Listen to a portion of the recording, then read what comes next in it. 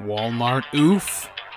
Mario dreams of pasta. Billy Mitchell sues Guinness Book of World Records. Burger Time is back. Super Nintendo World opening soon. And more on YemmyCast.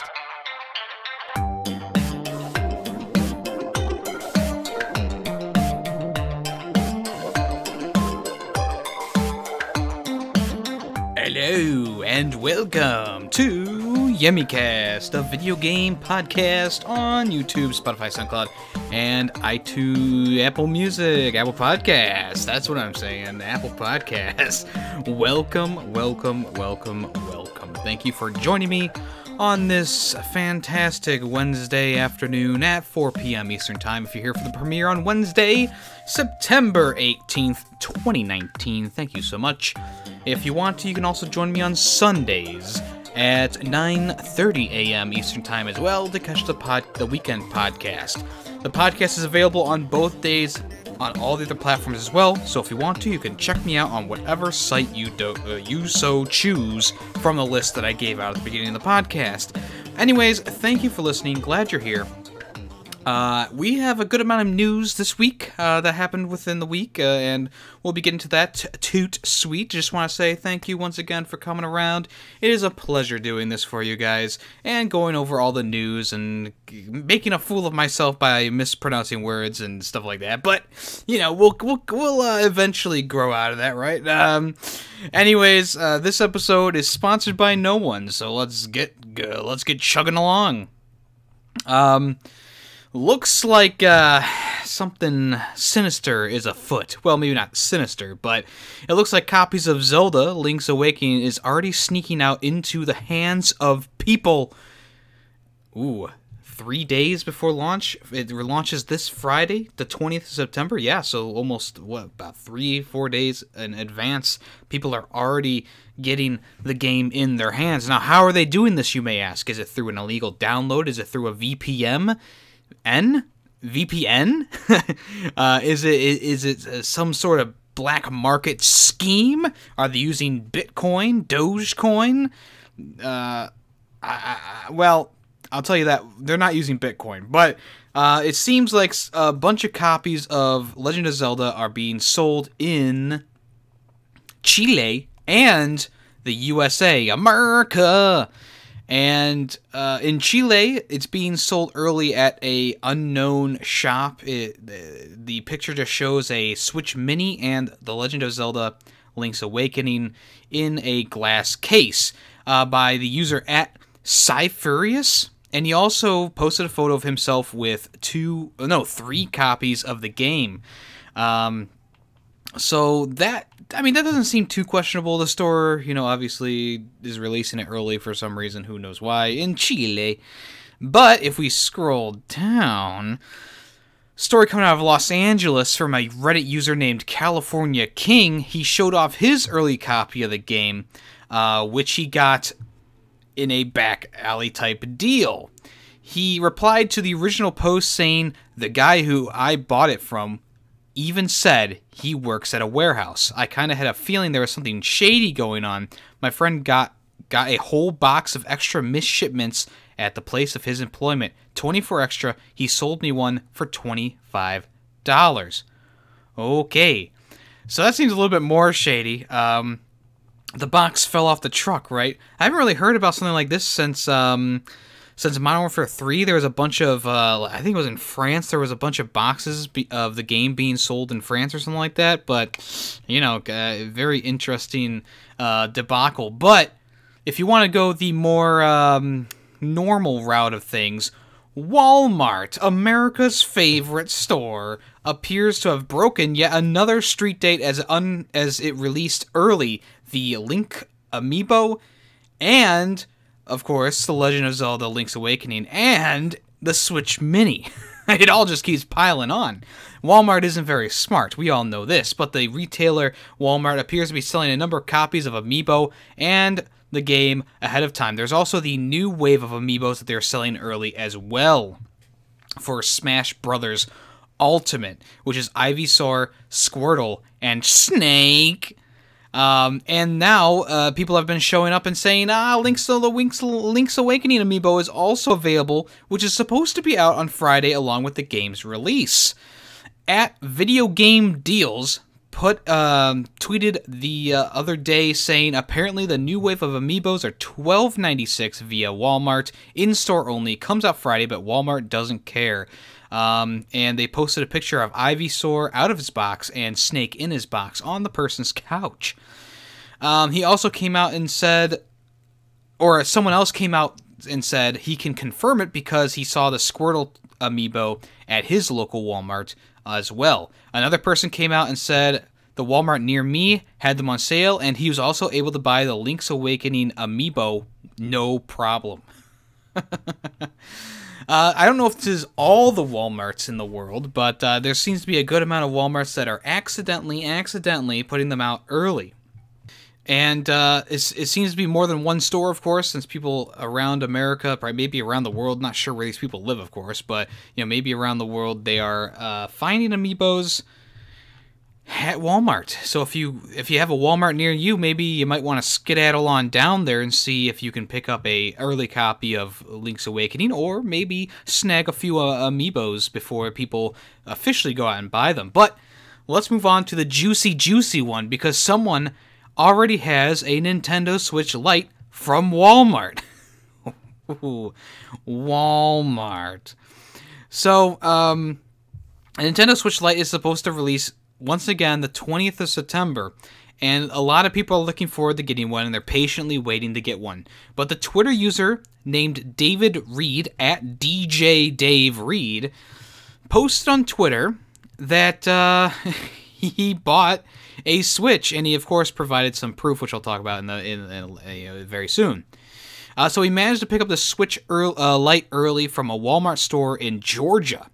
The video below shows him actually loading up the console for the first time, turning it on, and looking at them through the glass of Walmart's protective barriers.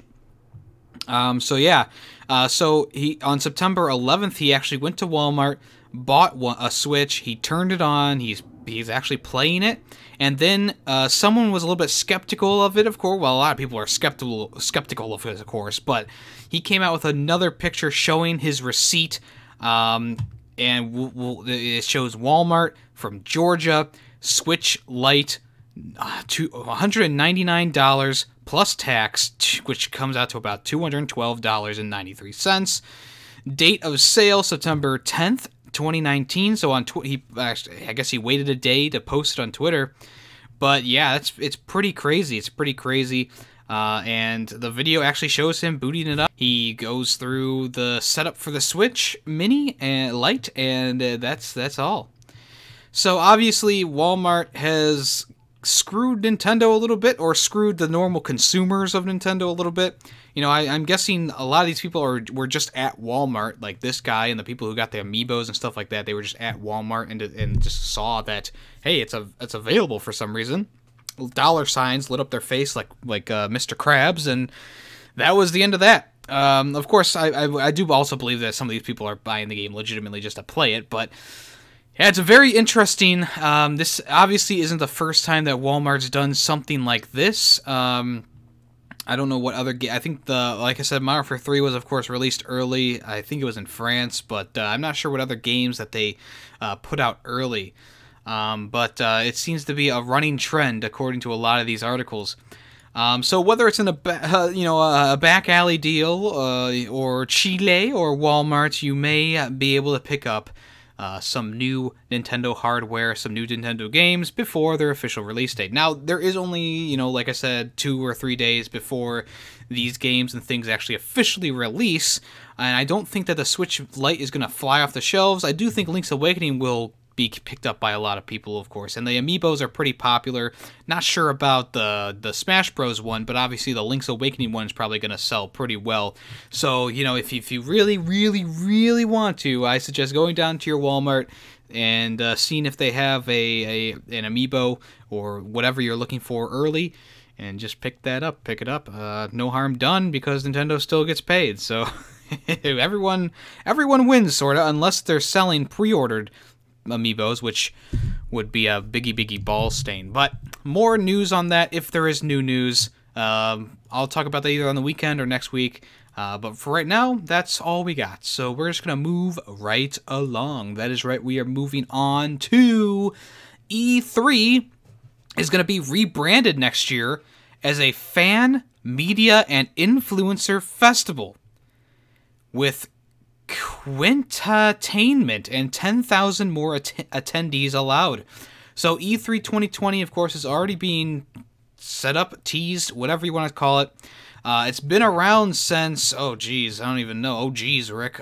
It's been around for years now, and it used to be the pinnacle of video game technology, just a place for companies to get their stuff out there. Of course, that's still pretty much the deal with these things. A lot of companies go to E3 now to show off their new stuff. Of course, last year, EA kind of did its own thing. Sony wasn't there at all. And, of course, Nintendo has done a Nintendo Direct for the past, 2 years now, or 3 years. Which, of course, it's not them actually showing up, but, of course, they're still setting up, games and stuff like that. So, people have been saying that E3's been dying or whatever. I think this is a good way to kind of reinvigorate it, make it more open to the public, get some influencers in there and stuff like that. Yes, they had Boogie2988 last year, or this year, talking, with the EA panel or whatever they were doing. And, next year, they're saying that they're going to use some people's ideas, including some experience hubs. Influencer and celebrity deals also were shared, and one example was suggesting the Los Angeles Lakers could play a baseball video game in front of fans. Woo, okay. There's talks of an app also, which could be a good way to follow E3 news without having to wait too long. And they also are noting for a fast pass system, which is found in a lot of amusement parks, which you pay an extra price to get into things or get to rides faster, skip the line kind of thing. And that could also happen for something like this. You get a fast pass and you're able to go into a venue early and sit down at the closest seat early, which, could work for people who are really into a certain company, but it could also turn people away too, just by them seeing oh, you got to pay extra money to get in early. What the heck? Oh, and you can also register for demo slots rather than queue for a long time with the Fast Pass as well. The ESA also plans to adopt what's called Qtainment. Okay, Qtainment. I said that wrong before. In a bid to market to those who are stuck waiting to take part in the experience. So we don't know what that entails yet, but it could be something like, with the app, you could play a game with the people around you or something like that. Queue lines are obnoxious. Yes, I've been to PAX East before, and it definitely is a hell of an experience waiting around in lines to play about 10 minutes of a game, but hey, it's worth it to a lot of people. It was worth it to me. I got a lot of cool stuff from doing those things. It's also been reported that the ESA membership has approved of an additional 10,000 attendees, which will bring the total number of people who are allowed on the floor to 25,000. This has also sparked potential rescheduling, which could see an industry-only day taking place the first day of the show, and then the next day would be open to the public. So yeah, it's interesting. Who knows if any of this stuff is going to be, actually put forth, but it's interesting to see what they're kind of thinking of doing with the convention going forward. E3 2020 already has a date for the next, for that show. It's from June 9th through the 11th, 2020. So I think that's a little bit earlier than this year's. I can't remember it was such a forgetful E3. But yeah, we'll see what companies show up to this next E3. We'll see how many people actually get into E3 who we know as influencers or fans or whatever like that, and we'll go from there. So far, there's really been no rebranding as it's still probably gonna be called E3, but I think what they mean by rebrand is how the show floor is going to work, how things are going to work is going to be pretty different from how people maybe expect it to be. But we'll see if this gets anything more to it in the near future. All right, so the Sonic creator Yuki Naka, he's making an original action game with Square Enix. Yuji Naka, who you know as the original lead programmer of Sonic the Hedgehog games, has revealed that he's working on an original action game for Square Enix. He joined Square Enix in January of 2018, and he said that he wished to develop an enjoyable game. Ooh, ooh, ooh, ooh, throw in some shade there. Ooh, ooh, someone open a window. He's spitting fire.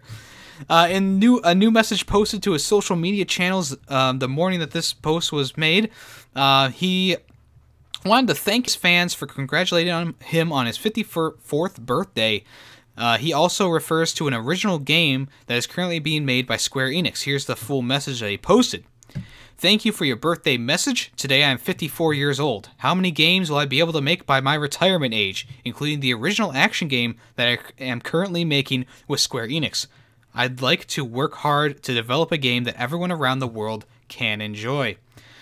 So, interesting that he's making an original game. He's not continuing the Sonic thing. Of course, that's owned by Sega, so he really can't do that with Square Enix. But we'll see if it's Sonic-esque. It could be kind of Sonic-esque. You know, a lot of these developers or people who have worked on a certain series for a long time, they go on to another studio, and they make roughly the same experience in a game. Like, look at Ukulele compared to Banjo-Kazooie, and etc. There's so many, I can't name them all, but there's probably one series that came to your head, and you were like, oh yeah, that was kind of like this, or that was kind of like that, like Mighty Number 9, which should not be mentioned on the podcast at all, but Mighty Number 9 is very similar to Mega Man, of course, because it's made by the same people who did Mega Man. So we'll see if he makes another Sonic-esque, super fast, super crazy, chili dog eating kind of game, and we'll report on that when it finally gets revealed. So this kind of made me laugh. Oop, I clapped, and I did not mean to. This kind of made me laugh. Oh, I clapped again. This kind of made me laugh. Super Mario Odyssey has revealed Mario's unwavering obsession with a pasta. So in Super Mario Odyssey, if you leave your controllers alone for a while, Mario will lay back and go to sleep, and Cappy will kind of shut his eyes too. His, her eyes, him, her, they, its eyes as well. And as Mario dreams, he mutters off different pastas. Yes, that is right, different pastas, and he actually does a few different things when he's saying the different pastas. He starts off with the ravioli, goes to spaghetti, all the way to capellini and all that stuff. It's interesting because the YouTube channel Luigi Looygi uploaded a video showcasing all the various things that Mario can mention while he's sleeping. By leaving the console idle for about an hour, the team found out that Mario talks about more than 30 types of pasta, as well as the odd mumble about Princess Peach and other Italian phrases. Let's listen in to Mario's thoughts while dreaming.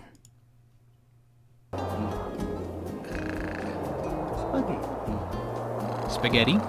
Capellini. Capellini. Capellini. Capellini. Oh, yeah. He really likes capellini. Vermicelli. Vermicelli. Ezio, get the spaghetti, Ezio. Vermicelli. The vermicelli. Ah, Bologna. Bologna, renowned Italian city. They made mortellata and tortellini. Jeez, okay, that's very specific. So yeah, very funny, very funny. I'm glad this is a really cool funny Easter egg. I guess I've never really left my controller around for a while, and then if I ever did, I came back and immediately started playing, so I didn't really hear what he was saying. But that's funny. That's funny. I like that. Thank you, Nintendo, for being funny.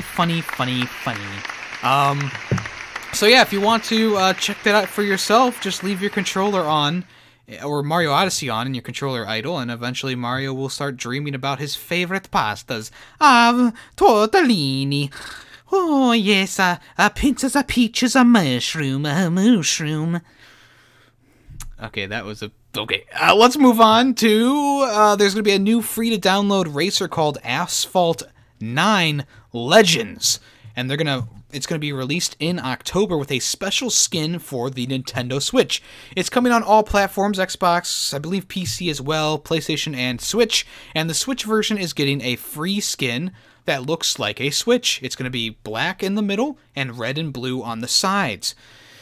It's planned to be released worldwide next month, the 8th of October. You can pre-order Asphalt 9 Legends Starting Racer Pack, which is now available to download or to pre-order. The pack is going to give players a head start, including some supercars and resources to boost their progress and challenge both friends and family in split-screen multiplayer right away. The Switch version is also coming with a BMW Z4 LCI E89, which has a special Switch skin that all players can unlock. So yeah, a pretty cool thing for the Switch. I would hope that they would do that for like PS4 and Xbox. Have like a green car for Xbox and have like a blue and black car for the PlayStation, or you know, have the PlayStation buttons on it with the cross. The square, the triangle, and the cross. But anyways, if you want to, you can look into that yourself. I don't really like racing games like this that are more, I don't know, what would you say, immersive or something like that. But, you know, it might be an interesting game. Maybe it will replace the hole that Drive Club has left all the people in Europe and the UK and Japan. Of course, in America, I believe it is still available on the PlayStation Store, so get wrecked, motherfucker. All right, Funko has revealed a new Pikachu Funko Pop, which is going to come soon to a store near you. So there has already been a Pikachu Funko Pop, but this one is coming, and she is in a new pose. So the pose is just Pikachu doing the classic standing there and having his hands out, and of course his ears are floppy as well. One ear's up and one ear's to the side, sporting the signature Pikachu smile, ready for the dick. And you kiss your mother with that mouth? According to the official Funko Pop website, collectors will soon be able to purchase another version of Pikachu, this one with a different pose than the original. In a post on Twitter, they showed off the new style, and it has a pretty cool background as well. I bet they're going to do a special box for it too. We don't know if it's going to be like something that's exclusive to a certain store. Like there's been a lot of Target exclusives, GameStop exclusives, the Hot Topic exclusives and stuff like that, like my Dark Magician. But we'll see in the future if it becomes a exclusive to a certain store. There's also other pops like Bulbasaur, Charmander, and Squirtle out. But no release date yet for the Pikachu or pricing, so just hold on loosely and wait for that to come out. Alright, if you don't recall, Super Kirby Clash is a free-to-play game on the Switch featuring the lovable and round Kirby that has obviously no bones or skeleton. Super Kirby Clash is going to come and do a little collaboration with Tetris 99, which is going to start later this week. Nintendo is once again pushing or promoting other games with Tetris 99. We had Fire Emblem before, and a few other games as well, which I forget now. The latest crossover is going to be Super Kirby Clash, which is a free-to-start title that was announced during the most recent Nintendo Direct. To celebrate the release of the game, the next Maximus Cup in Tetris 99 will unlock a special Super Kirby Clash in-game theme. You're also going to receive 99 gem apples for Kirby's free-to-start title if you do this as well. Gem apples are in-game currency for Super Kirby Clash and allows players to craft and obtain new items. So it's going to be going on through the 20th of September through the 24th of September. To receive the content, you'll need to collect at least 100 points during the Maximus Cup. The higher the place, the more points you earn, of course. Qualifying players will receive their 99 Gen Apples via an eShop code that will be emailed to the associated Nintendo account that is associated with, of course, with the account that you're using. So yeah, September 20th through the 23rd or the 24th, whichever, I think it's going to be midnight the 23rd. So to participate, just have an active Nintendo Online subscription and join in. How have you guys been enjoying Kirby Clash? Once again, I still have not played it, but I've heard good things from Crotoside and people inside the Discord, saying that's a cool little boss rush type game, not heavily weighed down by in-game currency. All right, so the lovable loser, Ash Ketchum, his dreams have finally come true, and a lot of places are celebrating, including people on Twitter, including ESPN, I believe, put out a tweet saying, congratulations to Ash Ketchum, who has finally won his first place in a league, the Alola League. He's placed first place. At Actual Aereo came out on Twitter and said Ash Ketchum has been a part of millions of lives, and while many stopped watching Pokemon, Anime Ash continued to be a role model trainer for new generations. He's lost every Pokemon League to teach children it's okay to lose, and today he finally won. What a day to be a Pokemon fan. So in the latest episode of Pokemon Sun and Moon, Ketchum scoops up the title of Pokemon Master thanks to his win in the Alola League. That's right, he's finally secured a first-place league title. In the Kanto season, which was in 1999, he was top 16. In Johto in 2002, he was top 8. In Hoenn, he was top 8 as well. In Sinnoh, he was top 4. In Unova, he was top 8. In Kalos, he was top 2. And finally, in Alola, he is the first of all. And I guess this is going out to people who said he already won 2 leagues. At Rafflington came out and explained, just to be clear and not have any more confused people, Ash won a Pokemon League, not the Pokemon League. There is no such thing as the Pokemon League, since each region has their own league. Orange Island and Battle Frontier don't count. Orange is not a region, and BF was a challenge. So that's why this is such a monumental occasion. He's obviously changed a little bit through the years. His newest rendition makes him look more like a kid than ever.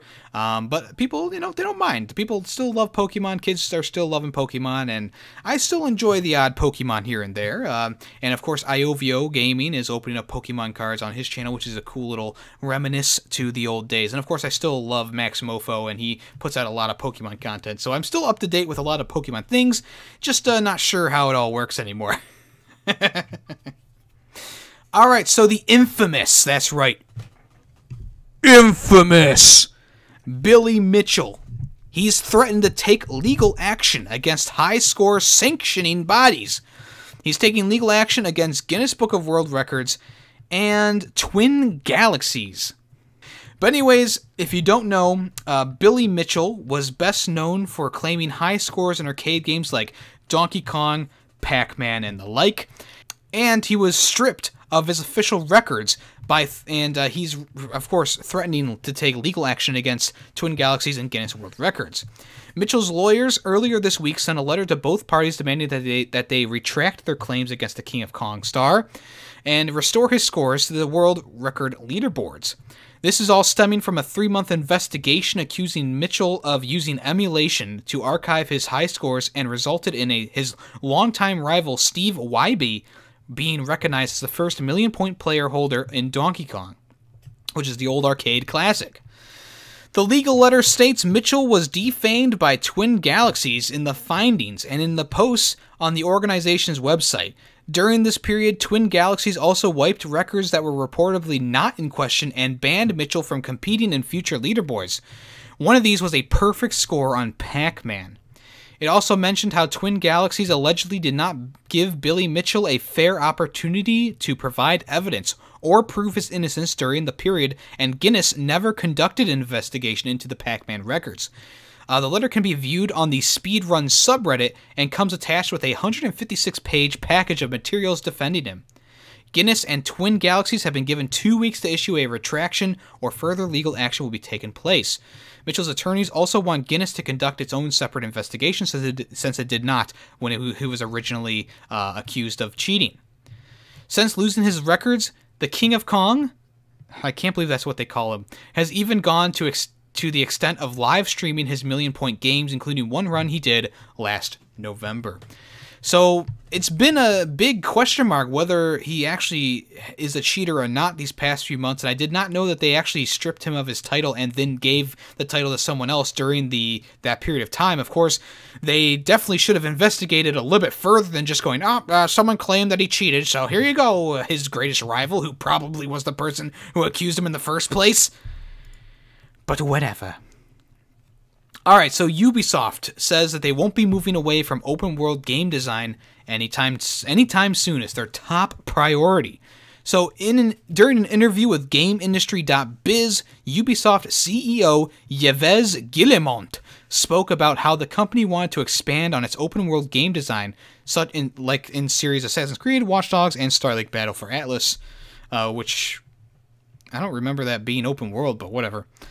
So he was asked if there was any chance that a game like Assassin's Creed would ever move away from the open world Odyssey setting and return to a more focused environment previously seen in like Assassin's Creed Unity and such, which would be a good idea. I feel like these new Assassin's Creed games are a little bit too big for me. Assassin's Creed Origins I did not get through because it's such a big and open world, and I'm like, it's too much for me. It gives me anxiety.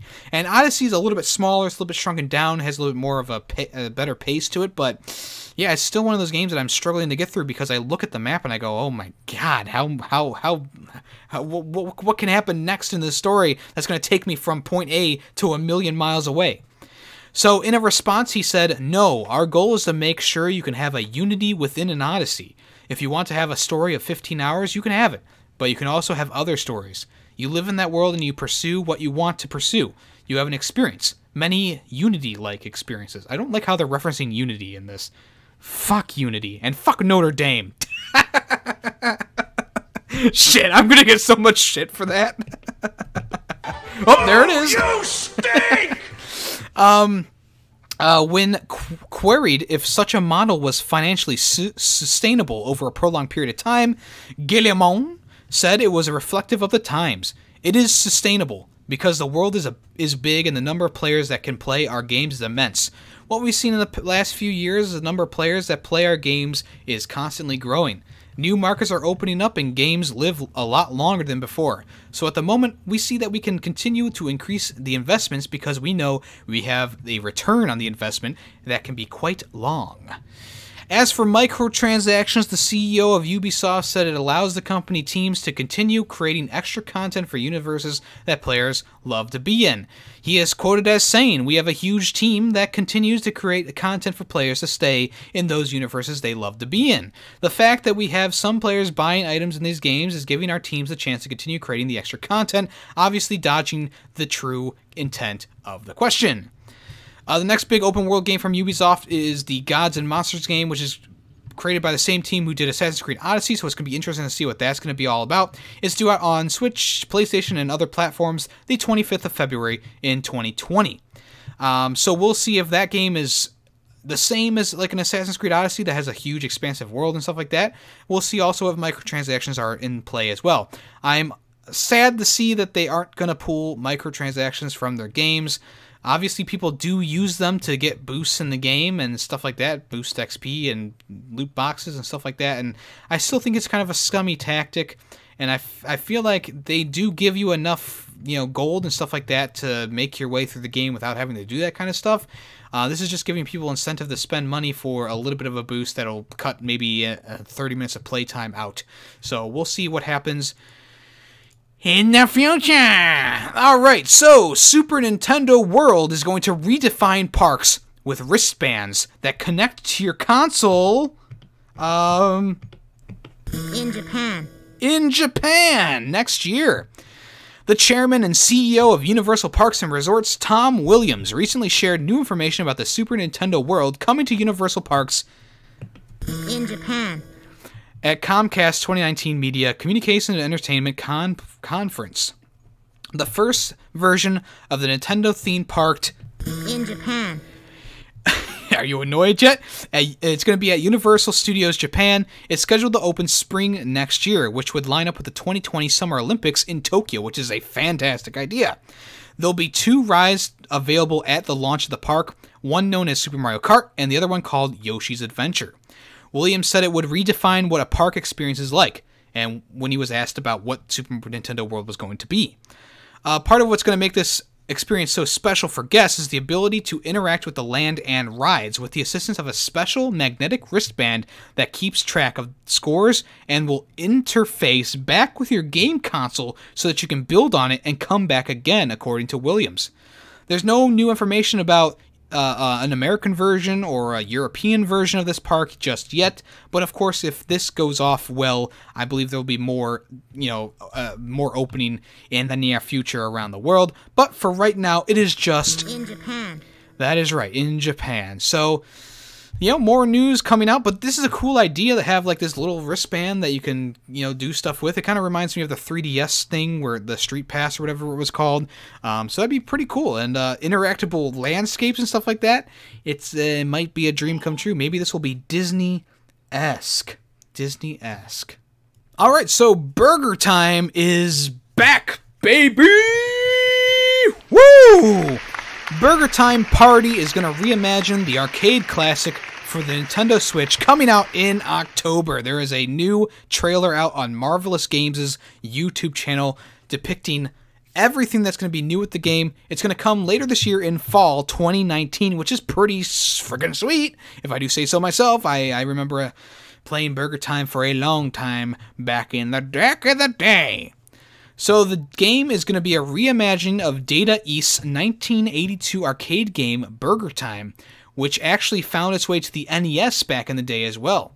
The new release is going to throw players into another course of food-based puzzle platforming, with Chef Peter Pepper and his food foes making a tasty return. That is one brilliantly worded little excerpt there from NintendoLife.com.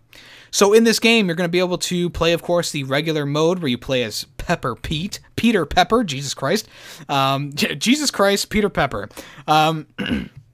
So you literally knock down burgers in this game, and you make a burger at the bottom, and you want to try and get the enemies to be on that burger because it gives you extra bonus points and stuff like that. You have a limited amount of salt you can use, which will stun enemies, and the best way to use that is to have a multiple group of enemies following you, turn around, salt them on a burger patty, and then make it crash into the ground.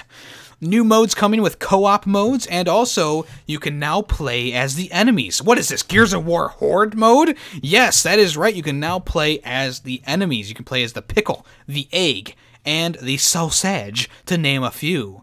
Like I said, this is going to come out later this year on the 8th of October, 2019. If you want to, definitely look into this and pick this up. I love Burger Time. There's also going to be classic mode available, along with other game modes of varying difficulty as well. It's a good reimagining of the series. I don't know if I like Peter Pepper's overall style of what he looks like, but, you know, I can see what they're getting at. I can see where they're going with it. So I'm definitely going to be checking this game out in October. Alright, so Nintendo has filed another lawsuit against more websites. This one is a ROM hack website offering nearly 300,000 Switch downloads with more than 500,000 3DS downloads. So if you don't recall from last week's episode, UK High Court ruled in favor of Nintendo and blocked access to tons of websites which visitors go to pirate Switch games in the UK, and now Nintendo is focusing on America. One of the largest ROM hacking websites has been taken down. That's right. According to Polygon, the website would offer memberships a $30 price for a year subscription, which would allow users to download an unlimited amount of ROMs at higher speeds than non-members. Nintendo says that this particular ROM site was one of the most visited and most notorious sites online, offering close to 300,000 Switch downloads and more than 500,000 3DS downloads. Nintendo is now seeking $150,000 in damages for each copyright infringement and up to $2 million for the trademark infringement. Oh my god, that's up to $2 million for each trademark infringement? It's going to be looking at over $1 million. So, yeah, this is pretty crazy news. I think a lot of websites that are doing this kind of thing are going to start to kind of shake in their boots because Nintendo's coming. They got the banners of not the Black Flag. They are the Royal British Navy, and they're taking down Blackbeard. That's right. They're taking down the pirates who are making the waters unsafe. Although I love pirates, this kind of pirating is not my style. So this comes out relatively soon after the news that Assassin's Creed Black Flag and Rogue are getting a remaster double pack for the Switch. Coincidence? I think not! Alright, so Bayonetta is going to be taken down from the WiiU eShop in... hold on. In Japan. Europe and North America, that is right. In a post made by the official Nintendo UK Twitter, website, Twitter, whatever it is. It said that Bayonetta and Bayonetta 2 for Wii U will no longer be available to purchase on Nintendo eShop from 23:59 CEST on September 18th, 2019. This also goes as well for Japan, Europe, and North America, which were revealed as well. Even though the game won't be available for purchase after this date, people who have the digital version already can still download both the titles from the eShop. And of course, there is the Switch version of the Bayonetta 1 and 2, which is available to purchase as well, both digitally and physically. It's unfortunate, but I think we all can kind of see this thing coming with the Wii U slowly dying. It seems to be a slow burn, to be honest with you. So it's been confirmed that Nintendo of America has also confirmed that the download of the game will be linked to the same date, as well as Europe, Japan, and the UK. So rip Bayonetta on the Wii U. Alright, so concerning news for GameStop employees and people who go to GameStop to buy games, GameStop is setting to close about 200 underperforming stores this fiscal year, with more closures to come. GameStop has revealed its plans to close between 180 and 200 underperforming stores globally by the end of the fiscal year. The news is coming after the company's Q2 earnings call, where CFO James Bell noted that GameStop wishes to de-densify its chain despite 95% of its 5,700 worldwide stores remaining profitable. The move also includes plans to close more stores over the next couple of years. They're quoted as saying, "While it is an impressive statistic, we have a clear opportunity to improve our overall profitability by de-densifying our chain. That work is well underway. We are on track to close between 180 and 200 underperforming stores globally by the end of the fiscal year. And while these closures were more opportunistic, we are applying a more definite analytic approach, including profit levels and sale transferability, that we expect will yield a much larger tranche of closure over the coming 12 to 24 months. He's also quoted as saying, "We expect our year-over-year sales to be down over the next 3 to 4 quarters, reflecting the end of the console cycle. Compounding this negative impact on sales is the fact that console makers have confirmed that launch earlier than they have in the past. Confirmed the launch earlier than they have in the past." Okay, I read that wrong. "We anticipate that this will lead to a much later title slate through the rest of 2019 and early 2020, given the end of the cycle timing for current consoles." I don't know about that, because people still buy PlayStation 3 and Xbox 360 titles from GameStop. Yeah, they're like Maddens and NBA games, but they still sell, and every time I go to GameStop, there's less and less, and the shelf gets smaller and smaller.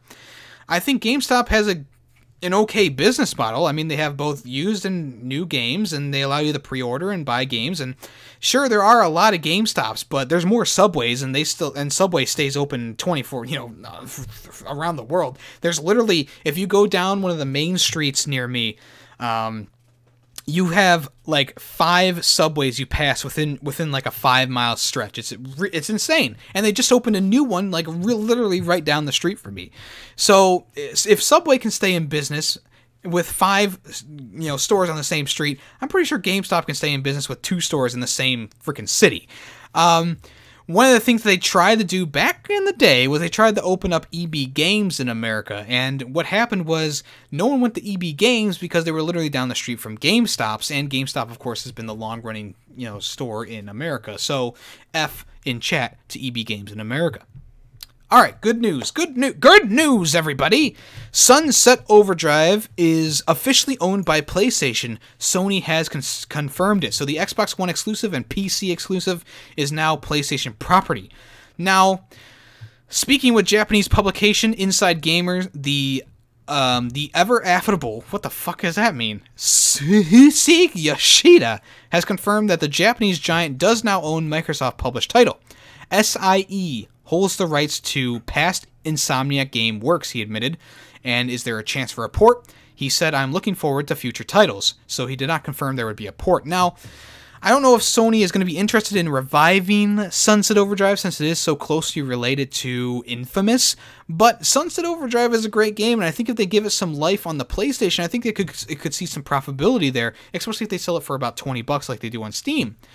Sunset Overdrive is a good game, people. It's not the best game, but it's a freaking good game. It's one of my favorite games that came out that year, and I didn't even play it until like 3 years after its release.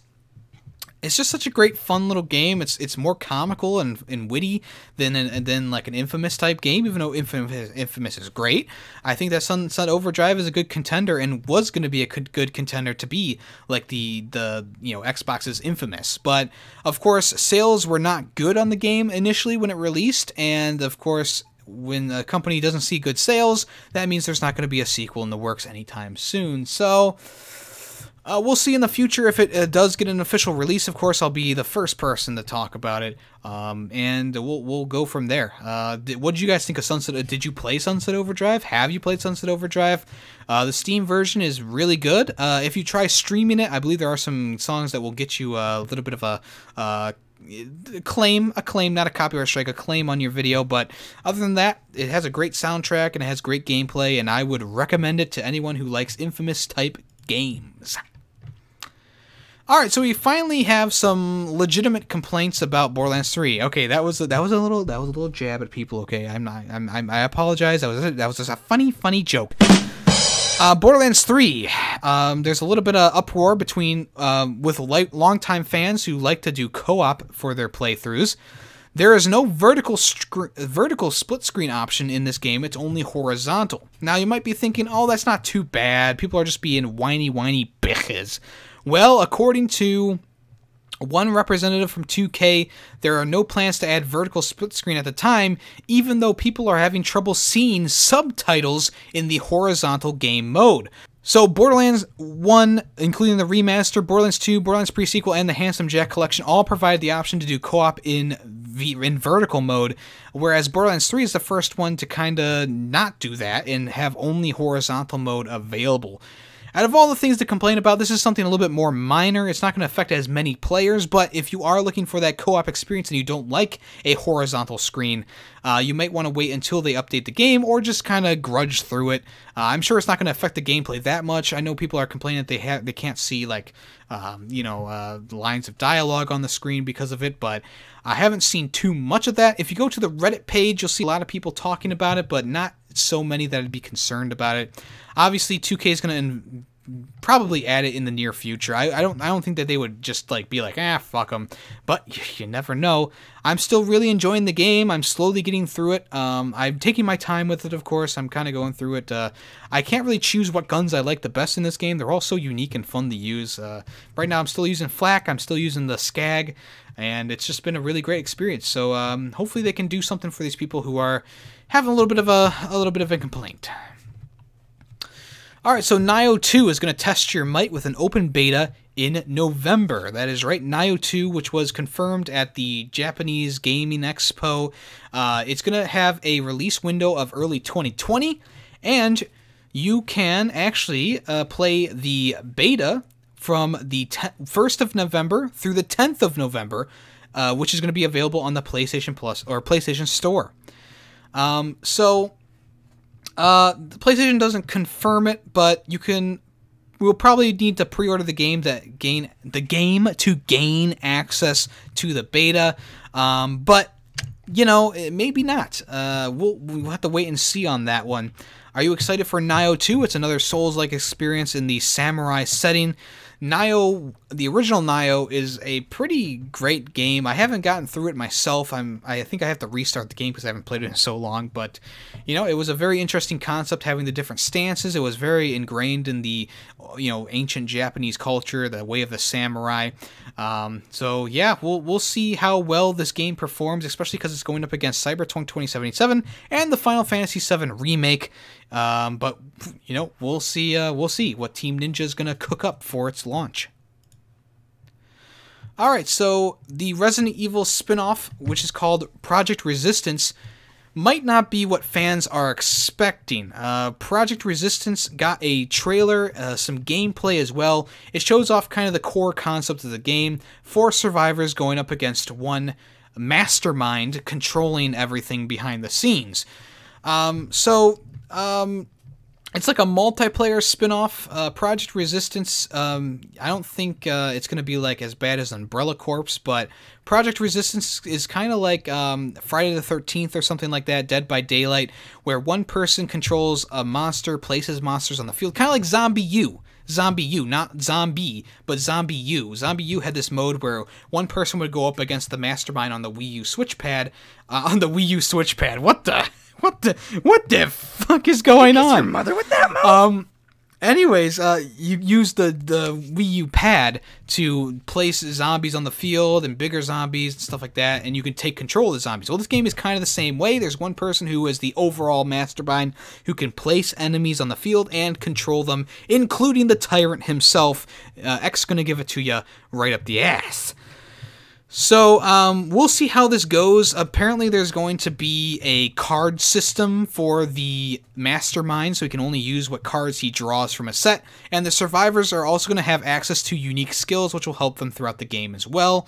A closed beta for the PlayStation 4 owners is going to run from the 4th of October through the 7th of October, and you can register through the official website. In the meantime, there's some screenshots and, of course, the gameplay video that's up and available on YouTube. It's also going to be running on the new Resident Evil engine, which has been used by Resident Evil 2 Remake and, of course, Resident Evil 7. So we'll see how that all works out. Alright, so Anthem, the beloved EA game.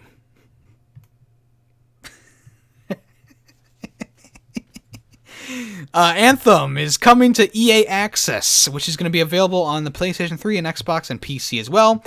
You can now play EA's Anthem with the subscription-based service on the PlayStation 4 called EA Access. BioWare's failure of a looter shooter can now be enjoyed alongside a long list of other PS4 titles for about $5 a month. This is happening right before probably the last Cataclysm event for the game. Of course, Anthem has been a controversial game from the start, kind of like Fallout 76, except this game has not been fixed as much as Fallout 76 or No Man's Sky. So we'll see if this is the actual last straw for the developers and for EA. I believe if people don't download this game with the EA Access subscription, I guarantee that they're just going to be like, you know what, fuck it, and close BioWare. Dragon Age 4 is, of course, still being worked on. So, and most of BioWare's forces are are developing Dragon Age 4. So they obviously won't shut down BioWare until that game's done, maybe. But we'll have to wait and see. Okay, so the date for the 5th annual Game Awards show has been revealed. So yeah, Goff Kaylee has come out on Twitter and posted a pretty long little tweet saying that over the past 8 months, I've quietly traveled the world to talk with the creators who inspire me. When we sit down, I ask a simple question: why do you keep creating? No matter what happens in our lives or in the world, the act of creation is a deeply personal, spiritual, and fulfilling pursuit, filled with sacrifice, challenge, but fueled by the opportunity for impact. At their best, games make us feel alive. Today, I am happy to share the date for the Game Awards 2020, which is going to be Thursday, December 12th. This year's show will celebrate the act of creation as I turn the stage over to a group of visionary teams selected to share their new projects with you. I'm honored to be given this platform to celebrate our shared passion on a global scale. You'll hear much more in the coming weeks about our plans for the 5th anniversary show. It will be very special. Signed, Goof. So yeah, we'll see what happens this year at the Game Awards. Last year was pretty eventful. God of War won the overall game of the year, but Red Dead 2 came in with a lot of awards. So we'll see if one game sweeps this year. I'm not sure that one game will. There's been so many great games this year. We'll have to see. What's been your favorite game so far this year? So far, Borderlands 3, of course, has taken over my life, but there's been a lot of games this year that have been really good. The Resident Evil 2 remake has what blew me away personally. I didn't think I was going to like that, but I ended up enjoying it a lot. Along with updates to Sea of Thieves and stuff like that coming around.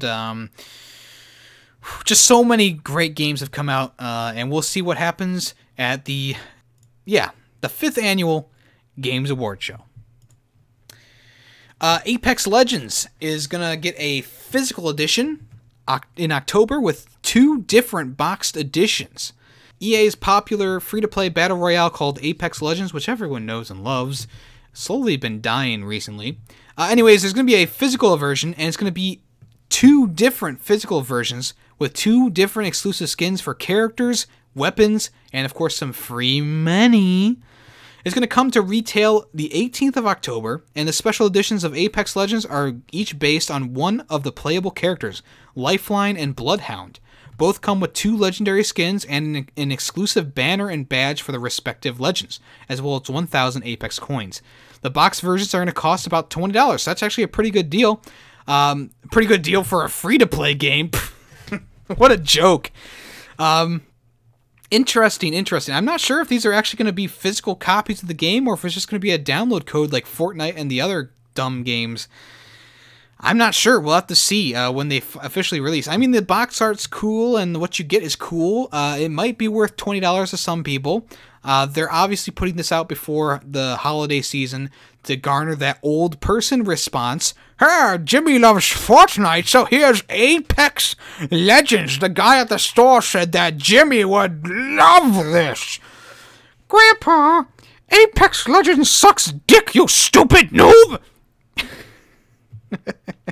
Anyways, let's move on to some Xbox news. That's right, we got 2 different Xbox news stories.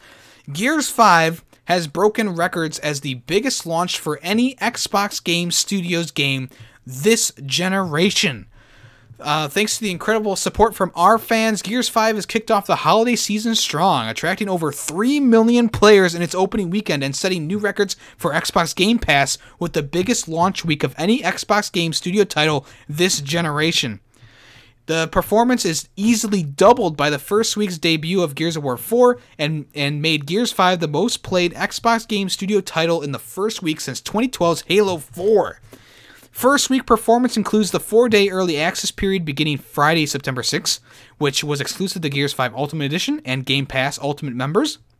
On the PC, Gears 5 was nearly tripled the performance of its predecessor, becoming the biggest ever launch for Xbox Game Pass for PC and Xbox Game Studios' best ever debut on Steam. It was a great idea to put this game on Steam because I wouldn't have gotten this game if it wasn't on Steam. My friend Greedy Waffle, aka Nick, wouldn't have gotten the game if it was on Xbox. I would not have bought a Xbox for the Gears of War franchise, but since Gears 5 is on Steam, ring in the money, right? So on Tuesday, Gears 5 expanded into the world of general availability with the launch of Gears 5 Standard Edition at retail, as well as an Xbox One X and S console bundle. For PC fans, Gears 5 is included in a 3-month Xbox Game Pass for PC membership, bundled with the purchase of select AMD Ryzen processors and AMD Radeon graphics cards. It's being described as one of the best and most versatile action packages in recent memory, but the biggest thing about this game, and I'm being completely serious with you guys, is the accessibility of this game to handicapped players.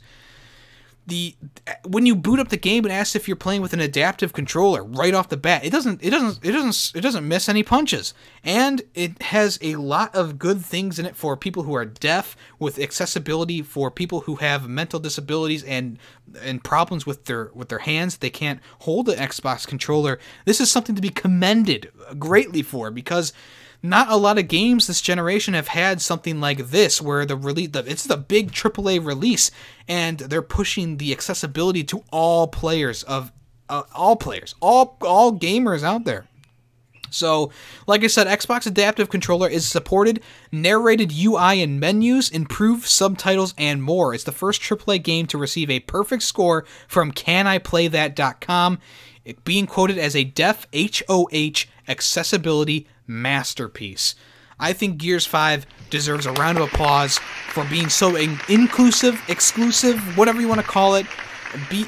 Gamers who have disabilities can play this game so easily. It's really a step in the right direction for AAA games and the accessibility community.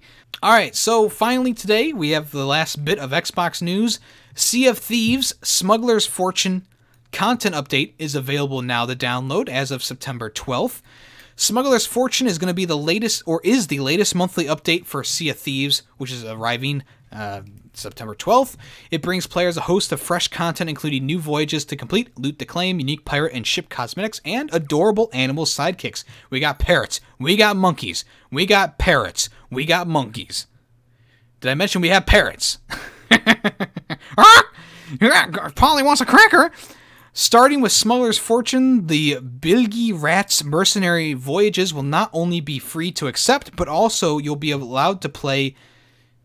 But will allow you to actually earn doubloons. This month's Rag and Bone voyages offer a special twist on cargo runs, setting crews on course for Shipwreck Bay to locate hidden crates which need delivering to various seaports. New cosmetics and customizations get the pirate look you've always dreamed of with the introduction of Pirate Emporium and Black Market, which will be available from here on out.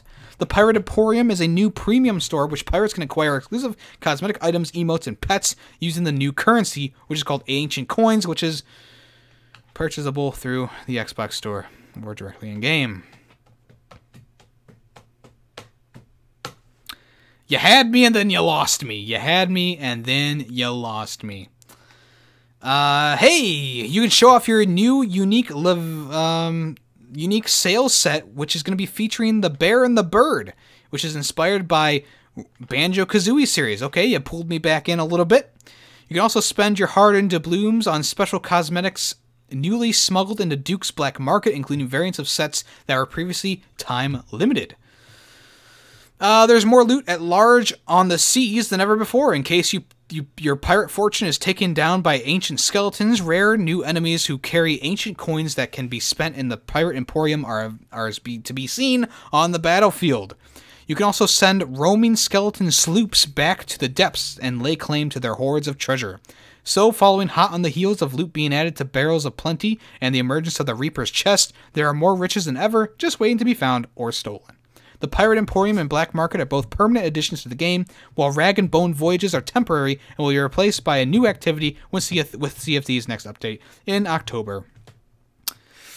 Smuggler's Fortune is free for all Sea of Thieves players on both the Xbox One and PC, so check that out if you want to. A little bit unfortunate news that they've added microtransactions into this game, but the new sales set for Banjo-Kazooie is bellissimo, but I'm still really disappointed that they finally added microtransactions into this game. I know it's like you can get them in-game and stuff like that. Who knows how available they'll be, how many skeletons you'll find with the coins on them, but not my favorite decision by Rare, that's for sure. I mean, it's not as bad as, Banjo-Kazooie Nuts and Bolts, but then again, it's pretty high up on the list there. Kind of ending on a low point. Doesn't feel right, does it? But at least we got our new sound clip in, and it's going to work perfectly for the future. Also, we got the new streaming schedule, which has been implemented. I'll be only streaming on Saturdays now at 9:30 a.m., so if you want to, you can check me out then. This week, I'm going on a trip on Saturday, so we'll be doing a stream on Thursday instead, which is tomorrow, if you're listening to this on September 18th, 2019. So we'll be playing probably some more Medal of Honor, I think, or we'll be playing some Far Cry New Dawn if Nikki is available. Other than that, I'm just working on new things. I have a review of an album coming out on Friday. I think I'm going to release it, so if you want to, you can check that out. I also uploaded a new highlight of a long time ago stream for Assassin's Creed Unity. That's available on the channel now if you want to check that out.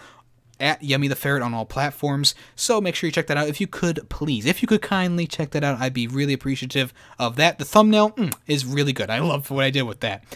Other than that, normal schedule, Yu-Gi-Oh! And podcasts and stuff like that. Nothing else to report.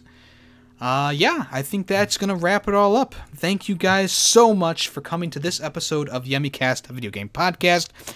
If you're here for the premiere on Wednesday at 9 a.m. What the fuck am I saying? If you're here for the premiere on Wednesday at 4 p.m. Eastern Time, thank you so much. I really appreciate you. If you're here listening on any other platform, I also appreciate you as well. Don't think I don't notice you. Thank you to Fellow for mentioning me in his podcast, his new podcast called Fellow Motive. If you want to, you can check that out on Spotify. It's a series where he's in a car driving to school or to home, and he just puts on a mic and goes and talks about whatever he wants to. Conversations include Sonic, TV shows, driving, road rage, random emergency sirens, all the best things you can think of. All with that same electricity that he's known for on his live stream. So if you want to, you can check that out. Not sponsored, but a good friend of mine, so I will shout him out. Fellow Motive, available now. by the most entertaining pineapple on the planet, imbued with electrical powers. All right, so that's it. I think that's going to wrap it up for today. Thank you so much once again for coming around. I am your host, YemmytheFerret, and this has been YemmyCast, a video game podcast.